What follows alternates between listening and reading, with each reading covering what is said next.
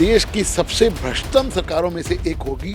सिर्फ और सिर्फ देश को बर्बाद करने के लिए, देश के अंदर सांप्रदायिकता कैसे फैले, देश में विद्वेष कैसे फैले, जिस प्रकार से हिंदू मंदिरों के बारे में अपशब्द बोले, उससे में कोई शक नहीं है कि भारतीय जनता पार्टी एक बार फिर 2024 के अंदर पिछली बार से ज़्यादा सीटों से हम चुनाव जीतेंगे। लोगों को, हिंदुओं को आपस में बांटने की बात कर रहा है। आप कोई मुद्दा, कोई फाइल उठा के देख लीजिए, हर मुद्दे पे भ्रष्टाचार। जनता की थी, हम उन पर खरा नहीं उतरे हैं, उसको हम अपनी गलतियों को हम सीख चुके हैं। नमस्कार, आप देख रहे हैं न्यूज़ 1 इंडिया और मैं हूँ आपके साथ आस्था तिवारी। मैं अक्सर ये बात कहती हूँ कि राजनीति का यही खेला है, एक तरफ अकेला तो दूसरी तरफ मिला है। और जिस तरीके से 2023 के सेमीफाइनल में भारतीय जनता पार्टी की प्रचंड जीत देखी गई है, उस बीच 2024 को जैसे मानो भारतीय जनता पार्टी को एक बूस्टर मिल गया है। लेकिन इस बीच कहीं ना कहीं जिस तरीके से विपक्ष अपनी मजबूती के साथ उतरेगा, तो 2024 को लेकर के कितनी कुछ तैयारी है, इन तमाम मुद्दों को लेकर के आज हम बात करने के लिए बीजेपी कार्यालय में मौजूद हैं, जहां हम बात करेंगे बीजेपी नेता हरीश खुराना जी से। सर, आपका बहुत बहुत स्वागत है। सर, मेरा सबसे पहले आपसे सवाल यही रहेगा कि पहले तो आपको बहुत बहुत सारी शुभकामनाएं, 3 राज्यों में प्रचंड जीत हासिल करी है। बहुत बहुत धन्यवाद आपको और आपके चैनल के सभी व्यूअर्स को। बहुत बहुत धन्यवाद कि जिस प्रकार से तीनों राज्यों के अंदर भारतीय जनता पार्टी की सरकार बनी है, सभी जनता का बहुत बहुत धन्यवाद है। और जिस प्रकार से आप बात कर रहे हो कि 2024 के अंदर निश्चित तौर के ऊपर नरेंद्र मोदी जी एक बहुत बड़ा चेहरा भारतीय जनता पार्टी का तो है ही, पूरे देश का आज एक चेहरा, ना सिर्फ देश के अंदर बल्कि विदेशों के अंदर भी जिस प्रकार से मोदी जी की एक लोकप्रियता है, उससे में कोई शक नहीं है कि भारतीय जनता पार्टी एक बार फिर 2024 के अंदर पिछली बार से ज़्यादा सीटों से हम चुनाव जीतेंगे, हमें पूर्ण रूप से यकीन है। लेकिन क्या लगता है कि जिस तरीके से विपक्ष एक मजबूती के साथ उसने दिखाने का कोशिश किया, जातीय जनगणना का मुद्दा उठाया, दलित पिछड़ों की बात करी, लेकिन उस बीच भी जो लहर है वो मोदी लहर कायम रही और एक बार फिर जनता ने मोदी चेहरा देखा। यही तो फ़र्क है। नरेंद्र मोदी जी बात करते हैं हिंदुस्तान को जोड़ने की, नरेंद्र मोदी जी बात करते हैं देश को आगे ले जाने की। दूसरी तरफ विपक्ष क्या कर रहा है? जातिगत जनगणना की बात कर रहा है कि लोगों को, हिंदुओं को आपस में बांटने की बात कर रहा है। जिस प्रकार से ये मोहब्बत की दुकान करते थे, नफरत की दुकान सामने आ रही है।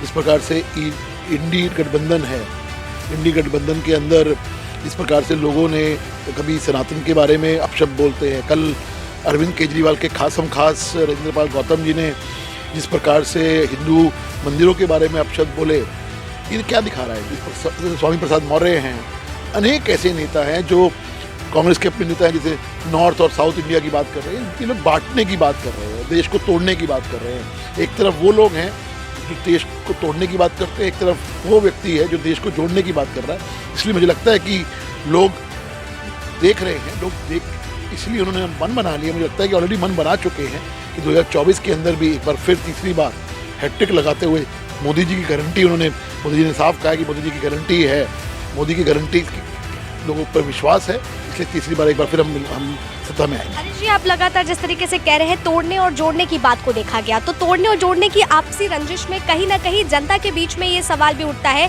कि क्या जनता को फ्री की चीज़ें जो मिल रही है, क्योंकि विपक्ष अक्सर ये बात उठाता है कि केंद्र सरकार और राज्य सरकार की तरफ से फ्री मिलने वाला राशन ही इस बार का जो है चुनाव जिताया। देखिए, फ़र्क है, एक होता है रेवड़ी बांटना और एक होता है जो ज़रूरतमंद लोग हैं उन तक सरकार की स्कीमें पहुंचना है। बहुत बड़ा फ़र्क है। आप जो बात कर रहे हो कि फ्री में राशन, फ्री का राशन किन लोगों को पहुंच रहा है? उन लोगों को पहुंच रहा है जिनको इसकी ज़रूरत है, गरीब लोगों को पहुंच रहा है। जिस प्रकार से कोरोना के बाद लोग अभी तक अपनी व्यवसाय को जोड़ने में लगे हुए हैं, आगे बढ़ाने की कोशिश कर रहे हैं, उसलिए एक बहुत बड़ा बूस्टर है। नरेंद्र मोदी जी ने उन लोगों को, 80 करोड़ लोगों को जो एक ये बूस्टर दिया है कि आप चिंता मत करिए, मोदी है, मोदी की गारंटी है, मोदी आपके पीछे खड़ा है, आप आगे बढ़िए, आपकी चिंता मोदी सरकार करेगी। इसलिए मुझे लगता है कि लोगों का विश्वास जो है मोदी सरकार के ऊपर है। दूसरी तरफ आप फ्रीबी की बात कर रहे हो, फ्रीबी के अंदर जिस प्रकार से, अगर मैं डीएमके की बात करूँ, फ्री के टीवी ले जाइए, ये करिए, अरे जिनको ज़रूरत नहीं है उनको भी अगर आप देंगे तो ये अननेसेसरी देश के ऊपर बोझ पड़ रहा है। आज पंजाब के अंदर इन्होंने फ्रीबी की बात करी, लेकिन आज हालत ये है कि जब से भगवंत मान जी सत्ता के अंदर आए हैं, 60,000 करोड़ का कर्ज एक्स्ट्रा बढ़ गया है पंजाब सरकार के ऊपर। लोग देख रहे हैं कि किस प्रकार से मोदी जी हर फ्रंट के ऊपर, चाहे वो आर्थिक फ्रंट हो, चाहे वो देश की सुरक्षा का फ्रंट हो, चाहे वो देश की आंतरिक सुरक्षा का हर मुद्दे के ऊपर देश आगे बढ़ रहा है, देश तरक्की कर रहा है, देश आज उस और देख रहा है कि हम टॉप 3 की इकोनॉमी में हम कैसे बढ़ेंगे, इस तरफ हम देख रहे हैं।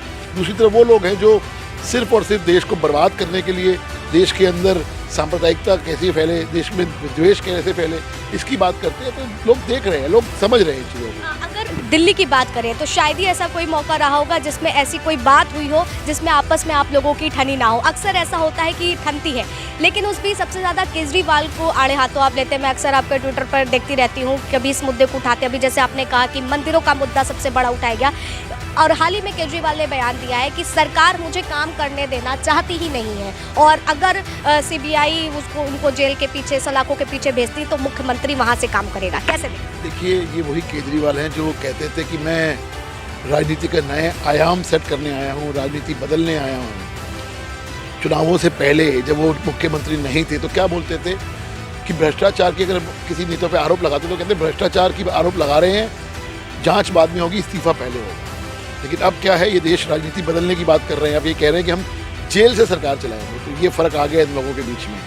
और जेल में रहने का तो अभी कोई बात ही नहीं हुई है।